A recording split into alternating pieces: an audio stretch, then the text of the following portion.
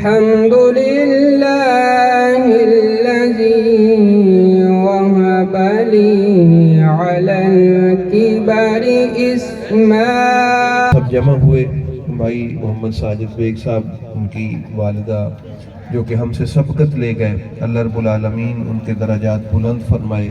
محمد أبا أحد من رجالكم ولكن رسول الله وخاتم النبيين. اور اس کا ثواب عطا فرما. حضور نبی رحمت علیہ السلام کے رحمت للعالمین کے تو خیر تیری بارگاہ اقدس و عظمت میں حاضر خدمت ہے، پیش خدمت.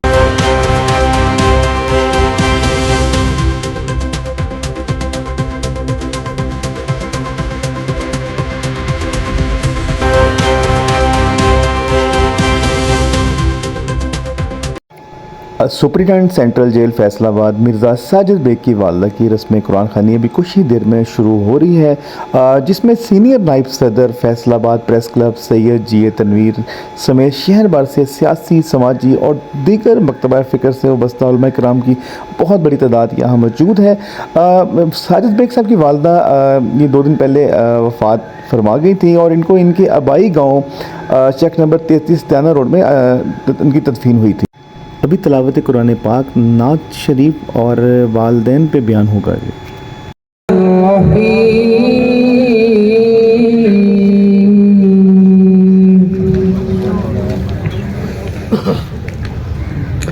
الحمد لله الذي وهب لي على الكبر إسماعيل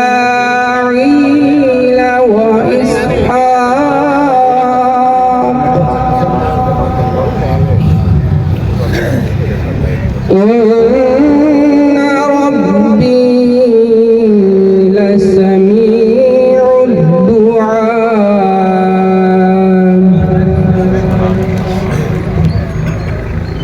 رب اجعلني مقيم الصلاة ومن ذريتي ربنا وتقبل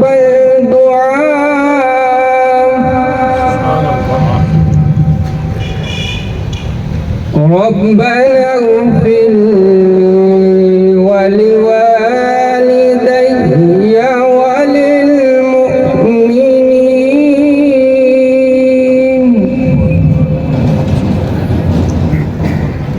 ربنا اغفر لي ولوالدي وللمؤمنين يوم يقوم الحساب. صدق الله العظيم. صلى الله عليك يا رسول الله وسلم عليك يا حبيب الله.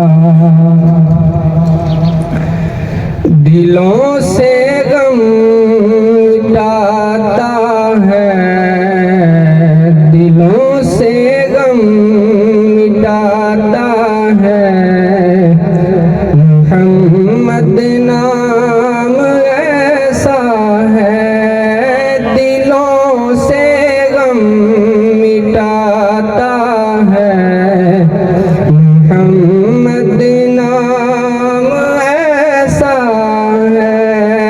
نگر اجڑے بساتا ہے، نگر اجڑے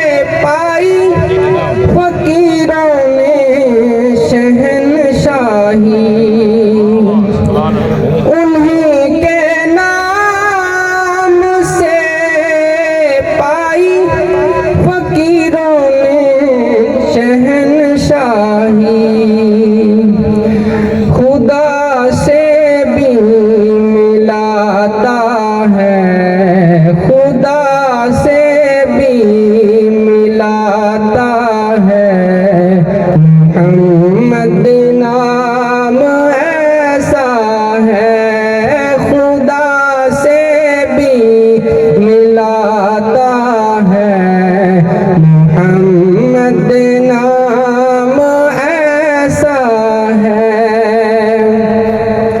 محبت کے کنول کھلتے ہیں ان کو یاد کرنے سے محبت کے کنول کھلتے ہیں ان کو یاد کرنے سے بڑی خوشبو لاتا ہے بڑی خوشبو لاتا ہے محمد نام ایسا ہے بڑی خوشبو لاتا ہے محمد نام ایسا ہے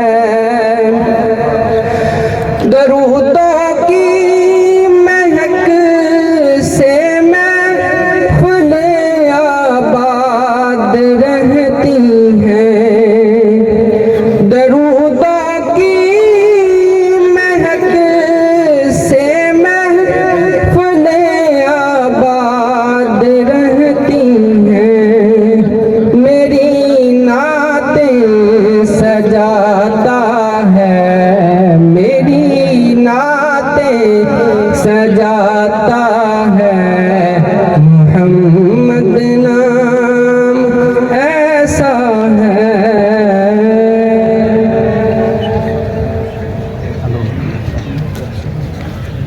بسم اللہ الرحمن الرحیم اللہم صلی علی سیدنا و مولانا محمد وعلی آلہ وصحبہ وبارک وسلم اعوذ باللہ من الشیطان الرجیم بسم اللہ الرحمن الرحیم لقد جاءکم رسول من انفسکم عزیز علیہ ما عنتم حریص علیکم بالمؤمنین رؤوف رحیم اللہم صلی علی سیدنا و مولانا محمد وعلی آلہ وصحبہ وبارک وسلم احباب گرامی یہ اصحال ثواب کی اللہ رب العالمین کی بارگاہ میں حصول بخشش حصول مغفرت اس کی بارگاہ سے اس کی رحمت کا سوال کرنے کے لیے ہم سب جمع ہوئے بھائی محمد ساجد بیگ صاحب ان کی والدہ جو کہ ہم سے سبقت لے گئے اللہ رب العالمین ان کے درجات بلند فرمائے ان کے برزخ کے معاملات آسان فرمائے بڑا مختصر سا وقت ہے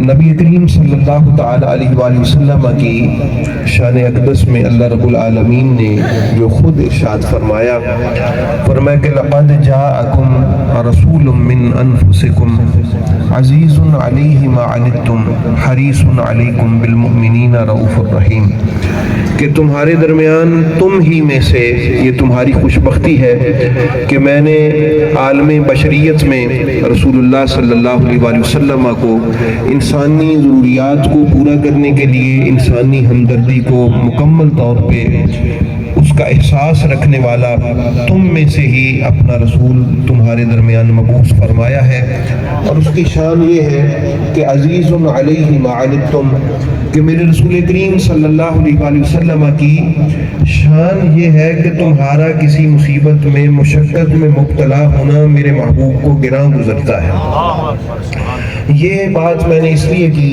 کہ ہمارے ہاں جو ہے یہ اور آگے پھر عزیز علیہ ما عنتم حریص علیکم وہ تمہارا بھلا چاہنے میں شدید احساس رکھتے ہیں میرے محبوب کریم صلی اللہ علیہ وآلہ وسلم ہمارے ہاں کانسیپٹ ہے ثواب کا کہ یہ عمل کریں تو اتنا ثواب ہے یہ عمل کریں اتنا ثواب ہے نوافل پڑھیں تو اتنا ثواب ہے اس حوالہ سے میں ایک بات یہاں پر رسول پاک صلی اللہ علیہ وآلہ وسلم کی سنت کے حوالہ سے آپ احباب کی سماعتوں کے حوالہ کرنا چاہوں گا اللہ رب العالمین نے ہمارے لیے یہ جو مشعل راہ بنایا ہے وہ ہمارے رسول پاک صلی اللہ علیہ وآلہ وسلم کی ذاتی ببرکات کو بنایا ہے امام حسن علیہ السلام جو کہ میرے رسول پاک سرکار کے بڑے بیٹے ہیں، صاحبزادے ہیں، آپ کے لخت جگر ہیں، سیدہ کائنات سلام اللہ تعالیٰ علیہ کے نور نظر ہیں، ان کے پاس ایک سوالی آتا ہے، آ کے اپنی ضرورت پیش کرتا ہے۔ تو آپ فرماتے ہیں میرا بھائی حسین بھی ادھر ہے تو تم وہاں ان کو تم نے بولنا تھا، وہ تمہاری ضرورت پوری کرے۔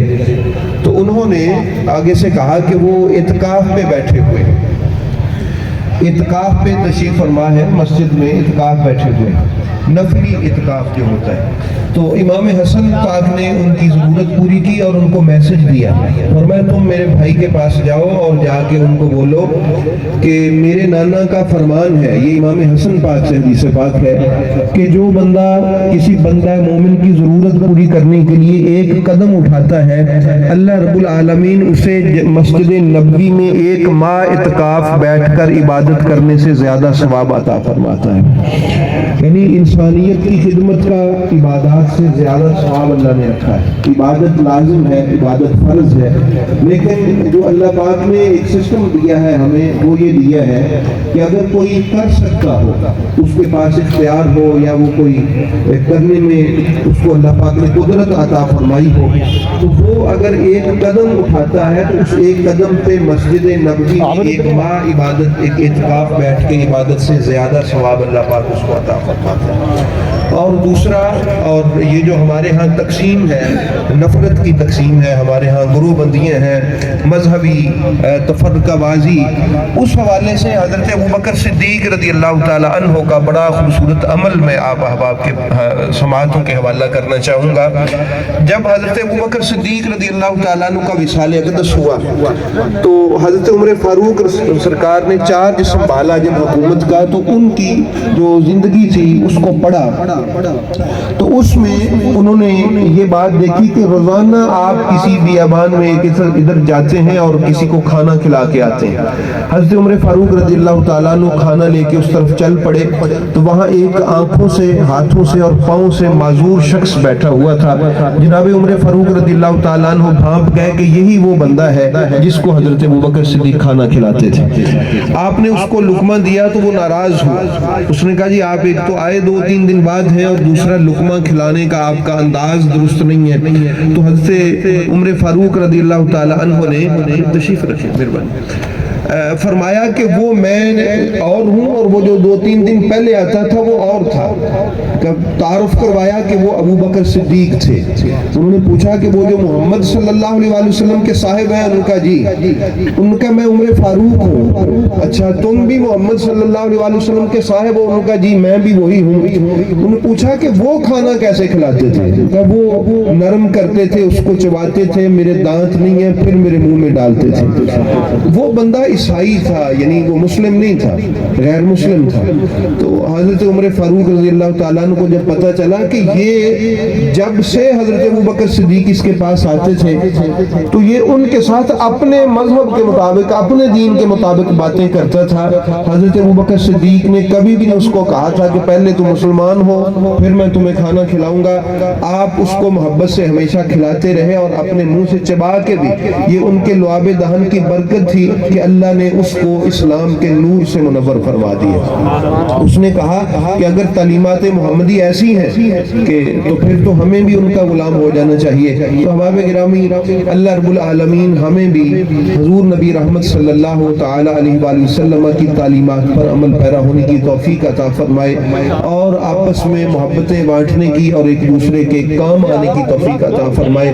اور آخر میں ایک حدیث پاک کے ثالث باب کے حوالہ سے عرض کر دوں، نبی پاک صلی اللہ علیہ وسلم نے ارشاد فرمایا کہ مل میت فی القبر الا کالغریق، کہ میت کی صورتحال قبر میں ایسے ہوتی ہے، مثال دی رسول پاک علیہ الصلوۃ والسلام نے، جیسے کوئی بندہ گہرے پانی میں گر کے وہ ڈوبتا چلا جا رہا ہو، المتغوث، اور فریاد کر رہا ہو کہ مجھے نکالو، مجھے پکڑو، مجھے سنبھالو۔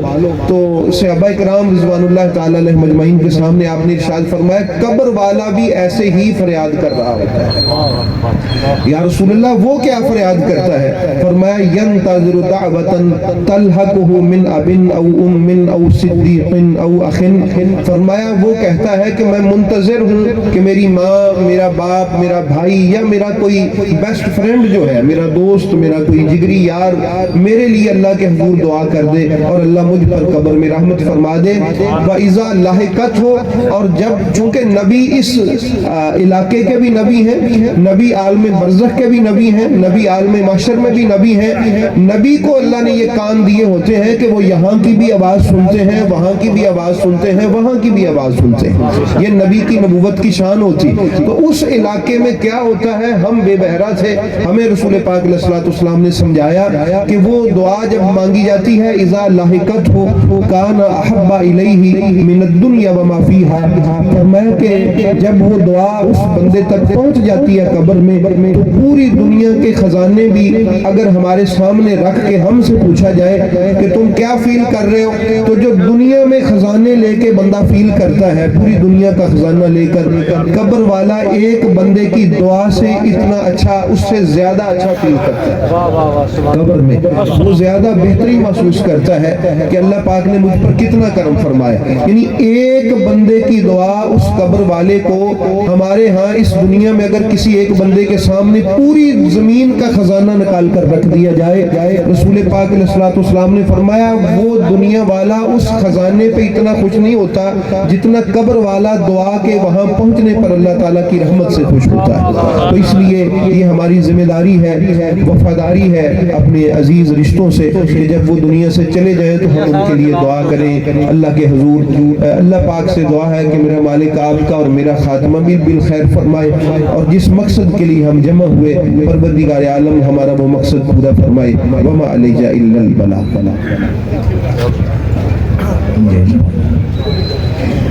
أعوذ بالله من الشيطان الرجيم، بسم الله الرحمن الرحيم، ألهاكم التكاثر حتى زرتم المقابر، كلا سوف تعلمون ثم كلا سوف تعلمون، كلا لو تعلمون علم اليقين لترون الجحيم ثم لترونها عين اليقين ثم لتسألن يومئذ عن النعيم۔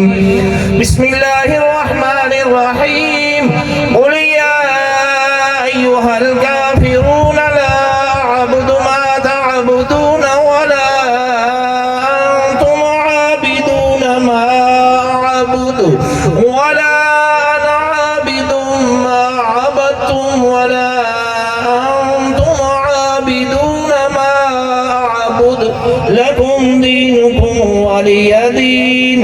بسم الله الرحمن الرحيم، قل هو الله أحد الله الصمد لم يلد ولم يولد ولم يكن له كفوا أحد۔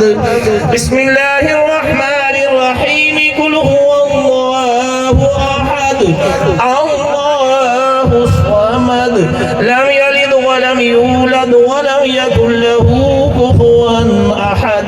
بسم الله الرحمن الرحيم، قل هو الله أحد الله الصمد لم يلد ولم يولد ولم يكن له كفوا أحد۔ بسم الله الرحمن الرحيم، قل أعوذ برب الفلق من شر ما خلق ومن شر غاسق إذا وقب ومن شر النفاثات في العقد ومن شر حاسد إذا حسد۔ بسم الله الرحمن الرحيم، قل أعوذ برب الناس ملك الناس إله الناس من شر الوسواس الخناس الذي يوسوس في صدور الناس من الجنة والناس۔ بسم الله الرحمن الرحيم الحمد لله رب العالمين الرحمن الرحيم مالك يوم الدين إياك نعبد وإياك نستعين اهدنا الصراط المستقيم صراط الذين أنعمت عليهم غير المغضوب عليهم ولا الضالين بسم الله الرحمن الرحيم ألف لام ميم ذلك الكتاب لا ريب فيه هدى للمتقين الذين يؤمنون بالغيب ويقيمون الصلاة ومما رزقناهم ينفقون والذين يؤمنون بما أنزل إليك وما أنزل من قبلك وبالآخرة هم يوقنون أولئك على هدى من ربهم وأولئك هم المفلحون. بسم الله الرحمن الرحيم وإلهكم إله واحد لا إله إلا هو الرحمن الرحيم إن رحمة الله قريب من المحسنين دعواهم فيها سبحانك اللهم وتحيتهم فيها سلام وآخر دعواهم أن الحمد لله رب العالمين ألا إن أولياء الله لا خوف عليهم ولا هم يحزنون الذين آمنوا وكانوا يتقون وما أرسلناك إلا رحمة للعالمين إنما يريد الله ليذهب عنكم الرجس أهل البيت ويطهركم تطهيرا ما كان محمد أبا أحد من رجالكم ولكن رسول الله وخاتم النبيين وكان الله بكل شيء عليما إن الله وملائكته يصلون على النبي يا أيها الذين آمنوا صلوا عليه وسلموا تسليما اللهم صل على سيدنا ومولانا محمد وعلى آله وبارك وسلم الصلاة والسلام عليك يا سيدي يا رسول الله وعلى آلك وأصحابك يا سيدي يا جد الحسن والحسين سبحان ربك رب العزة عما يصفون وسلام على المرسلين والحمد لله رب العالمين الله أكبر الله أكبر لا إله إلا الله والله أكبر الله أكبر ولله الحمد.